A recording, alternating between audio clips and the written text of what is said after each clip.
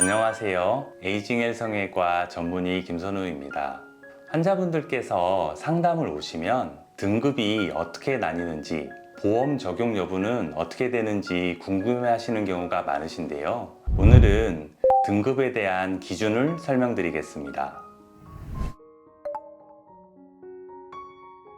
여유증을 진단할 때 초음파 검사상 유선 조직이 있고 가슴 모양이 봉긋하면 진성 여유증을 진단할 수 있습니다. 진성 여유증을 진단받은 분들은 사이먼 분류법에 의해서 등급을 나누게 되는데요. 이 등급을 나눌 때 유선 조직의 크기는 크게 중요하지 않고 바깥에서 봤을 때의 크기와 모양이 중요합니다. 그래서 체중의 증감에 따라 가슴 주변 지방량이 변하면 등급이 변화할 수 있습니다. 사이먼 분류법이라는 분류법 자체가 겉보기 등급을 기준으로 하는데, 사람의 가슴의 크기나 모양이 일률적으로 칸으로 구분되어지는 것처럼 탁탁 구분되는 게 아니고 연속선상에 있다 보니까 그 단계의 경계선상에 있는 분들은 이쪽으로 갔다가 저쪽으로 갔다가 할 수 있으니까 등급이 좀 바뀔 수 있는 가능성이 있습니다. 그래서 병원마다 약간씩의 진단 차이가 있을 수는 있지만 사이먼 분류법 2A 등급 이상이면 건강보험 적용 받아서 수술이 가능합니다. 이 환자분은 10대 환자분이셨고 가슴이 뾰족해서 옷을 입었을 때 튀어나와 보이는 게 많이 신경 쓰이셨다고 했던 분입니다. 이분 초음파상 유선 조직 확인되었고 2단계 진단 내렸던 분입니다. 수술 후 정면 모습에서 평평해졌고 측면 모습에서도 뾰족했던 유륜 부분이 많이 평평해진 걸 확인할 수 있습니다. 일주일째라서 아직 멍은 좀 남아있지만 수술은 매우 잘 된 케이스로 평평해진 모습 볼 수 있고, 수술 후 찍은 조직 사진에서 하얗게 보이는 부분이 유륜 밑에서 떨어진 메인 덩어리고, 나머지 조직들은 섬유성 조직과 지방이 섞여 있는 경우인데 유선 조직을 떼주고 약간 층져 있는 부분을 정리하면서 나온 조직입니다. 두 번째 환자분은 20대 남자분이셨는데 운동으로 가슴 근육을 키우고 싶은데 가슴의 볼륨 때문에 근육 라인이 잘 안 나온다고 하셨던 분이셨습니다. 이 환자분 같은 경우에 초음파 검사상 유선 조직이 확인되었고 등급은 3단계 받으셨습니다.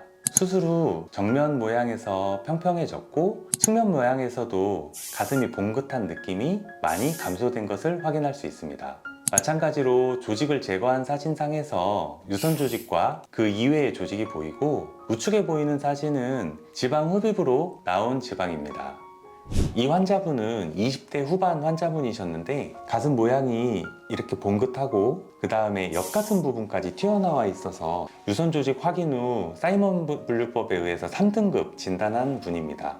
수술 후 가슴이 평평해졌고 옆에서 봤을 때도 봉긋한 모양의 라인이 평평해진 것을 확인할 수 있습니다. 현재 일주일 차시고 봤을 때 멍이 조금 남아있는 모습을 확인할 수 있습니다. 지방은 350cc 정도 흡입이 되었고 제거된 조직상 유선 조직과 나머지 조직들이 있는 것을 확인할 수 있습니다. 바이오본드는 수술 후에 생기는 흉터 조직입니다. 흉터 조직이 보통 한 달째쯤 되면 구축이 일어나면서 단단하게 뭉치게 되는데, 이 흉터 조직이 바닥면과 바깥의 피부면을 마치 본드처럼 단단하게 붙잡고 있기 때문에 바이오본드라는 표현을 쓰시는 것 같습니다.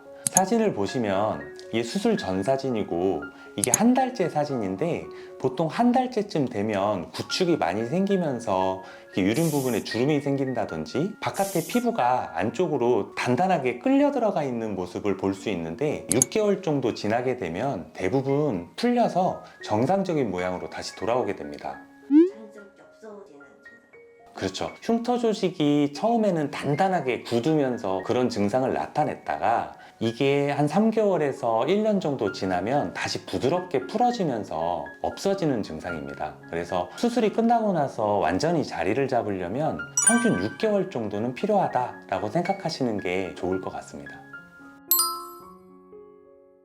여유증의 발생은 사춘기 초반에 진행되게 되는데, 일단 사춘기 초반에는 남자와 여자 모두 유선 조직이 발달하는 형태를 가지고, 그게 시간이 지나면서 남자 같은 경우는 남성 호르몬 비율이 높아지면 유선 조직이 퇴화하는 과정을 거쳐야 합니다. 그런데 피하 지방량이 많다든지 하면서 퇴화를 방해하게 되면 유선 조직이 조금 크게 남게 될 수 있습니다. 성인이 된 이후에는 기본적으로 유선 조직 크기가 변화하지는 않는데, 탈모약이라든지 전립선 비대증약 같은 남성 호르몬 억제제나 스테로이드가 유선 조직을 커지게 만들 수 있습니다.